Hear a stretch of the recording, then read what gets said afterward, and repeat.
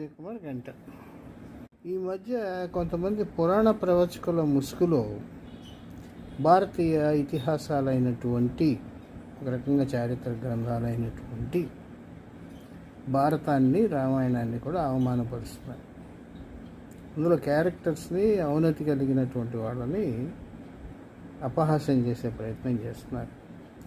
భారత యుద్ధం జరిగేటప్పటికి అర్జునుడికి కానీ కృష్ణుడికి కానీ దగ్గర 90 ఏళ్ల వయసు. బహుశా ఇద్దరికి కూడా ఒక నెల కూడా తేడా ఉండదు, ఒకే గడియల్లో పుట్టారంట. వారికన్నా 2 ఏళ్ళు పెద్దవాడు దుర్యోధనుడు. అతని వయసు 90 ఏళ్ళ పైనే. అతని భార్య మహా అందగత్తె. కురువంశం అంటే పాండవులు కౌరవులు కలిపిన చూసుకున్నా కూడా కురువంశంలో మహా అందగత్తె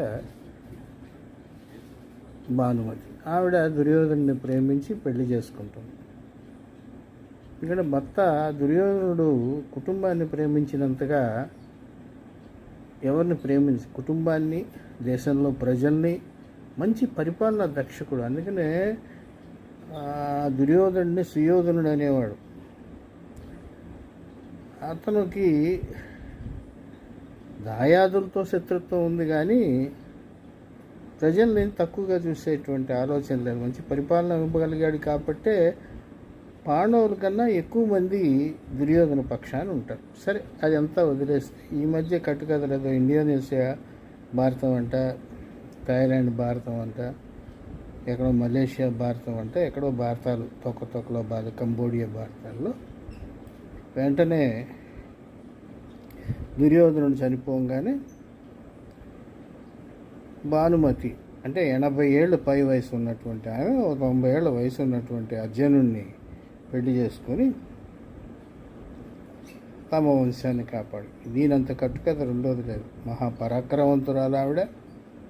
ఎవరినైనా ఎదిరించగలదు. యుద్ధ భూమిలో దిగితే అర్జునుడు లాంటి వాళ్ళు తుస్సుమని పారిపోవాల్సినటువంటి ఆవిడ. భర్త కొన్ని కట్టుబడులకి నియమించబడింది. ఇంకొక విషయం ఏంటంటే పాండవ వంశం ఎక్కడ మిగల ఒకళ్ళిద్దరు తప్ప. కురువంశంలో ముని తరం దగ్గర 12-13 మంది ఒక భానుమతి మనవాళ్ళే ఉండుంటారు. వాళ్ళు ఉన్నారు.